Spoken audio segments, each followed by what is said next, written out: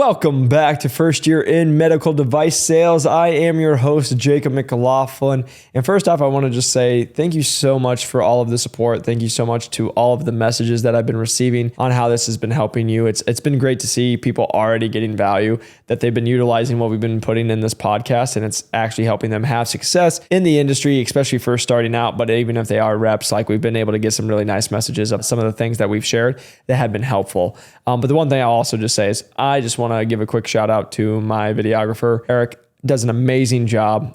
He's actually here tonight, but the reason I say that is look how good this looks in the background. Like, as someone who, if you guys ever started with my new to medical device sales, as somebody who just grabbed a phone and said, let's go shoot a podcast to where it's at today, I'm so thankful and how cool it looks. So if you guys can't, you'll see the best thing in the world. Cheesecake Factory's in the back. Respect. If you guys don't like Cheesecake Factory, might as well turn off this podcast right now. But let's get into today's podcast.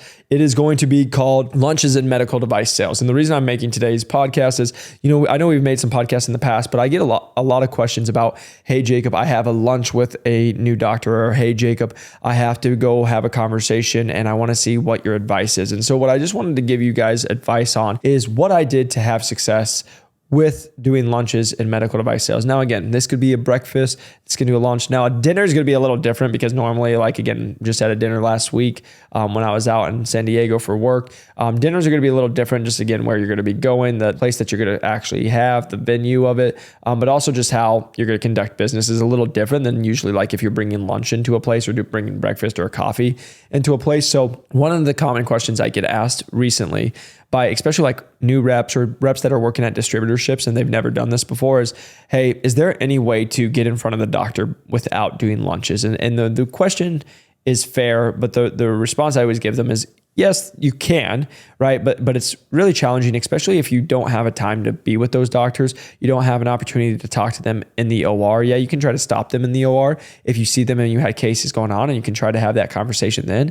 But even a lot of times when I did that, I would go talk to the doctor in the OR, and then I'd be like, hey, doc, would you have a moment? My name is Jacob. I'm with this product, and I just wanted to see if I was able to set up a lunch with you, right? And again, I didn't go right into it. I would introduce myself, kind of get a little small talk going, and then just kind of tell them who I was and who I worked with, and just wanted to see if they would be open to me setting up a lunch and maybe just booking some time because I know they're about to go into a surgery. And again, sometimes they would, sometimes they wouldn't. But the reason I'm saying is a lot of times they would because we had a good interaction. And then what I would do is I would just go take that straight to the person of their clinic. And then I'd be like, I just met doctor at this clinic or at this surgery center, at this hospital. He has a surgery going on right now. And he told me to come here and set up a lunch for this upcoming week. The reason I'm saying if you guys go do that is what happens is they know that doctor, whoever is at that place. They'll be like, she's there or he's there, and they know that that's where they're at. And so now you just have credibility by coming in and talking to them. And now they're going to be like, oh, okay. And be like, he told me or she told me to come here to you today and schedule this lunch. And then they'll be like, okay, so they know that you're not lying to them. And then what happens is you can set up that lunch. So again, can you guys have conversations outside of lunches? Yes. But a lot of the times when we were converting business, again, you just have to have your foot in the door so they can even just listen to you. Then from there, some of the cold calling, I've talked about this in the past, but I want to just always give you guys some tips I learned was, number one, if I go cold calling and try to set up a lunch, if I just go and say, hey, I'm Jacob and I'm with this company, almost never get a lunch, like almost never. Every once in a while, I will say I did show up and somebody would be like, oh yeah, here's the calendar. And I was just like, this is the best thing I've ever seen in my life, right? But usually they'll just be like, no. So normally what I've learned is if you have surgeons already, go ask them who else could benefit from the technology that they're using, and only do that after you've had a good case. They will tell you who to go talk to. Then you literally just use that, and now it's a warm lead. And then you can say, hey, Dr. A told me to come talk to Dr. B. They feel like they could use this and blah, blah, blah. The reason I'm saying that is when you do that, you're now not just showing up out of the blue. You're now referencing another doctor, and they're like, oh, they might be right. And then you're going to have a good chance of getting a lunch. One thing I also just saw is what I learned real fast is if I just said, hey, I'm a Jacob, I'm with this company, I want to do a lunch, they usually said no. But once I changed it from asking about the doctor to asking about them, my success rate of lunches just shot through the roof. And what I mean by that is most of the people who are working at these clinics, offices, again, guys, you have to understand, most of them aren't making, like 100,000 plus. So, and again, I hope they are, but like the reality of most of them aren't. They're just sitting at the front, they're like, oh my gosh, this sucks. Like they literally look forward to the lunches that they get to go have. They get to look forward to the breaks that they have. And so the moment I would go in and I said, hey guys, and a lot of times I was in the OBGYN, so it'd be a lot of ladies I'd work with, and I'd be like, hey ladies, hope you're doing great. My name's Jacob. I actually work with this company, but I wanted to see about the opportunity of bringing you all lunch in the upcoming week. I wanted to see what your guys' schedule looked like. The moment I took it off the doctor and I put it onto them, I got so many people to be like, yeah, here's our calendar. Because going back to, they care about what they're getting. They don't care about what doctor, because once you make it about the doctor, it's always about the doctor. But what about if you make it about them? Because here's the reality. A lot of times I have doctors come in and they're like, okay, what's it today? Because they're getting so many lunches, right? So that's just number one for scheduling the lunch. If you just go in and be like, hey, what can I get you? And I know you guys usually get sandwiches or like bagels, and then watch them.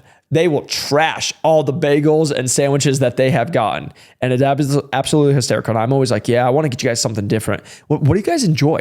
And once you throw that in there, because even if you come in and you say, hey, I just wanted to see about bringing you guys lunches, because I know a lot of times you guys just get bagels and like some just regular sandwiches, but I wanted to see about bringing you guys like a proper lunch. And again, that can be my opening line. And that would just turn into be like, we love Red Robin. We love Chinese. We want Panda Express, whatever it is. And I was just like, yeah, we can do that. Right. And then I would just be like, oh, how many people do you have? Oh, this day. Okay. How many? And then you just go find out, how many people do you have? Do you have any food restrictions? What time? And then like, again, they're telling you all this stuff. And then I'm like, great, what day works best? And then I would go they would give you the calendar, and then you book the time, and then you literally can just look it all up. And then I just used something called ezCater. If you guys haven't used it before, ezCater was something that you can actually like look at it and you can have them deliver for you. You can refer people. I think you can get points from that. And then actually those points you get from buying those for like work, you actually can cash out. You could get like Amazon cards and all that stuff. So if you guys are paying the money anyway, it's a great tool that I used was like ezCater. I can go I can put food restrictions. I could say where to deliver it. They would put it 15 minutes early and all that stuff. And then all I had to do was like go order, and then it was good. And it was all the big style that you could have. So that's something, a little tip for you guys. If you are doing the lunches, hopefully that can be helpful, or breakfast as well.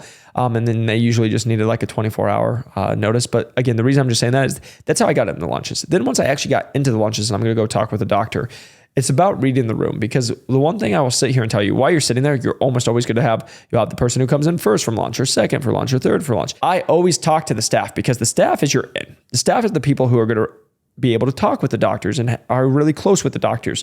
And I can almost promise you, on average, the doctors never show up on time. There's been times I've sat for a doctor for an hour and a half and I was just waiting for them, right? Because they're so backed up.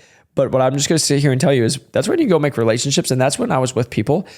I would talk about our products a little bit, but usually that was always at the end. I would just talk about them, and I would ask about the people I was sitting there eating lunch with. And I want to eat, I would just have them eat, but I would just ask questions, get to know them, and they would open up. And then they wanted to get to know you, and then you could share with them. And then they would be like, what do you sell? And then we talk about it and be like, oh, that's cool. We need that. Or yeah, doctor does this. And then they would literally give you insight about who you're about to sell to, and like what they use and why they've used it or whatever it is. And you're going to learn all that. So what I would just sit here and tell you is that as you're waiting, don't just sit there and be the weird rep. Like, have the conversations with the MAs, the medical scribes, like the front office people, all the people, because they all are going to help you out if you can make that relationship. And then from there, you're going to have doctors come in. The one thing I'm just going to sit here and tell you, if you guys are a good rep, you have to have different talk tracks. And what I mean by that is you're going to get a doctor. They almost always are going to say, hey, I only got 3 minutes. I got 2 minutes. What do you got for me? The reason I'm saying that is because if you just come in here and be like, oh, we've all been there. If you guys are a rep, we've all probably been there, and hopefully you have. We've all been there where a doctor tells me I have 2 minutes and I'm talking to him 35 minutes later. They just tell you that, but they want to see what you actually have. And then if you do your job right, it'll go longer. What I've learned is what converted and what didn't convert. And from my own personal opinion and what I saw success in is the moment they would be like, hey, I got a couple minutes. What do you have? And I just talked about what I had the whole time. I never made that sale. I never got them to use it. If I just talked about what I had the whole time and never got to learn about them, this was a mistake I made very early on. I would just be like talking about who I was. I literally would just go and be like, oh, I just went to training. I learned about all this great stuff. Let me tell you why you should use it. And it's the best stuff, right? Now I had to understand like my stuff that I was selling at the time was like, it's a procedure that should take under 15, 30 minutes. They really don't care what they're using, and it has to be easy setup. Why is it clinically better? Like again, and you had to learn about it. And so that's why I was just going to go into is you need to ask doctors of like, why do you use what you use currently? Right? And then like they're going to tell you why. And here's a follow-up question, because they're using a competitor, so they're going to tell you they're using something else and be like, oh great, have you always used that, or did you ever change? Guess what they're going to tell you right there? Have you used it since residency, or did you use something else?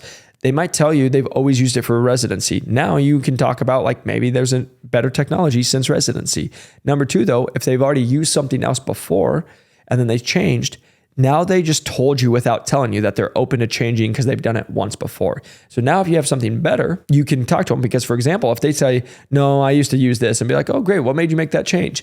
Guess what? They're going to tell you what made that change. Was it cheaper? Was it clinically better? Whatever it is. Now you have the selling point that you can go talk to, but that's what you want to be thinking about, because then you can be like, oh great, why do you use this? How long have you used it for?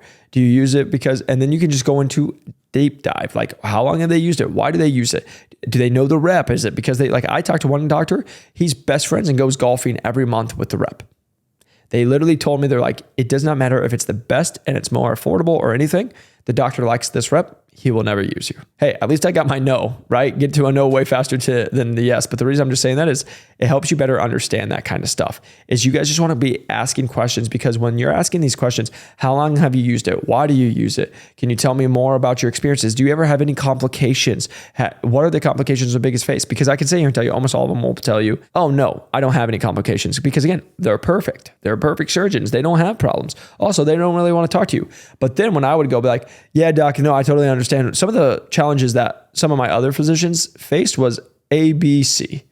Have you ever had any of those? Guess what they're going to tell you? Yes, I have. Oh my gosh, great. Now we can talk to that, right? But if you just ask them, that's like asking you a bunch of personal questions. You're probably not going to be very like opening up. But for example, if you're going to be like, I've had this happen. Have you ever had this happen? If you've had it happen, they're probably like, oh yeah, I've had that happen too. Normally you're going to hear the same things. Why do they use the competitor? What is it? If you can just call those out right away. Yeah, a lot of times the surgeons that we've had use us, the reason they made this switch was because of A, B, and C, because they were facing these challenges, A, B, and C. Have you faced any of those challenges? Great. What? And then when they'll say yes, usually, and then they'll be like, and if they say no, okay, maybe it's not going anywhere, right? But if they say yes, and then like, hey, tell me more about that challenge. Now you're going to make them relive that time that was challenging, that they did not enjoy. And now you're going to learn more about that. And then guess what you're going to be able to do? You can position why your product won't allow that to happen, right? Why is it different? Does it save time? Is it more expensive, less expensive? Well, like what's the quality? All this stuff. And then you're literally learning what to position and how to have the conversation. And then the close. This is a big conversation I have with people. Jacob, what do I even do? Like, okay, I talked to them. I had them interested. How do I even close it? And it would be like, would you be open to using this for your next 3 cases just so you can trial it? Because again, I never do one case, because just like riding a bike, like this is me just off script, guys, so you can know, riding a bike, everybody falls down. Like the first time trying anything new, it's not going to go great. You need 3 to 5 times to try it so you can actually get the feel. You explain that to them. I always just said, hey, doc, the first time you rode a bike, you probably fell down a couple times, just like I did. And you don't have to put it on them, because most docs will be like, no, I didn't. I got on a bike and I was perfect the first time. And I'm like, oh my gosh, that's amazing, right? Like the whole conversation is like, hey, doc, first time I rode a bike, I fell down a couple times, right? I had to have training wheels and then get pushed and fell down. And then I was finally able to ride without my hands, right? The reason I'm saying that is that's how you can explain it is, hey, can we get your next 3 to 5 cases so you can try this? Because again, the first couple cases, it's always just taking to get used to, right? And as you can imagine, and they're like, yeah. And then this is the big mistake I made one time, and I never made the mistake again. So hopefully I can help you guys, because I talk to a lot of reps, and I also talk to people in our course about this, is because they'll be like, talk to somebody and I got the job, and then they don't really have the job. It's the same thing where so many people will be like, hey, would you use our stuff? And they'll be like, yeah, I'll try it. And they'll be like, I did it. It worked. And then they'll leave, and then they'll call their manager, and they'll be like, the doc's using it. And then the manager will be like, that's great. When are they using it? And I'll be like, I don't know. Well, what device they're using? I don't know. And they'll be like, what do you know, right? The reason I'm telling you that is doctors are a lot of times yes men. They just want to say yes. Yes, yes, yes. Why do they want to say yes? To get you out of their office and get away from them. So the reason I'm telling you all that is if you say yes, then the next question is would you be open to trialing this for the next 3 to 5 cases just so you can actually get the feel? And then they can be like, yes or no. Now, again, you have to understand this is if you're already in the hospital. If you're not in the hospital, you might have to go through a whole trial just to get your stuff in the hospital. That's a time for a whole different day if you guys don't know about that. But the reason I'm just saying that is if, like for me, I was doing a lot of split share, so I was already in the hospital. I just needed to get more doctors at that hospital or at the account. And so the reason I'm saying that is then be like, oh, can I have you commit to 3 to 5 cases so you can at least get it and I can be there for the cases? And they'll be like, yeah. And they'll be like, great. Can you have me go, or when are your next 3 cases? And they'll always say, I don't know. I don't have it memorized. Right. And I'll be like, great. Can you take me to your surgery scheduler? And they'll be like, yes or no. And here's the thing. When they say yes and they'll march you in, they'll just be like, hey, here's John or here's Sarah. Talk with them and they'll take care of you. You're good. You can go do it. Or you can also be like, hey, who's your surgery scheduler? Because then I can go book with them and I can just make your life easier because I know you're extremely busy. They'll tell you, you also get their details because you need that. And that's going to be your lifeline contact for the future. But then you can also go talk to them. But the reason I'm telling you guys to do this is because if you don't get those credentials, you don't know who you're talking to. And if you hear, hey, no, I'll take care of it and let them know. Well, guess what? If you don't have the surgery scheduler's information, if you don't have the doctor's information, how are they supposed to let you know? Oh, leave a card? Yeah, they can very easily not text you. Again, this is why we get paid very well. And this is your job, is to go close them and get into it. So it should be like, hey doc, I just want to make sure right now you're saying you want to use it. You tell me you use it, but now I'm getting a little bit of pushback when you're trying to book it because you won't even give me the surgery scheduler's name. And is there a little hesitation for you why you want to use this? And again, that could be they'll be like, no, I'm fine, right? And freak out. But like, again, you need to get that on the schedule. Otherwise, it's not on the schedule and they're not going to use you. Before you leave, you have to get it on the schedule. So the reason I'm telling you that's where you can handle the objections. Well, no, I actually just don't want to use it because they're just trying to yes you. Yes. So you have to have those conversations and be able to close them, get it on the books. So guys, I hope this was helpful. I hope that you all enjoy it. I really enjoy getting the calls from everybody. I get the messages, and it's great to see all the guys and the ladies having success as reps in med device sales. It's truly amazing to see what you all are doing. I appreciate it. Again, always just want to help you guys as much as I can. I do just want to say something that's been very cool is we have been having people who are associate reps or distributorships reach out to us because we have helped people break in medical device sales in 8 weeks. If you guys see our old program, or not old program, but our program we do for new to medical device sales. But the reason I say that is we've helped, reps that are actually already in the industry. But for example, we've talked to reps who have been in and they make $65,000 or $70,000. They've been in for multiple years, but they actually want to come in as a full line rep or whatever that is. And we've been able to help those conversations of being able to get them in those higher paying roles. Also, if they're at distributorships, it can be a challenge.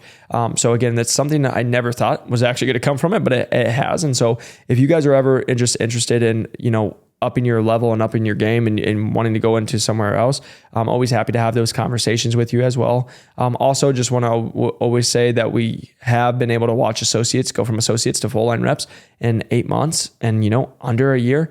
The reason I'm just telling that is keep aiming high, guys. Keep aiming for the dreams. You can go make it happen. If you can, press that like and subscribe button. If you can share this with somebody, it does mean the world for me because hopefully it can just help them. And if you can write a 5-star review, it does help us grow this channel and it truly means the world. So I hope you keep going and crushing quota, and I'll see you on the next one. Peace.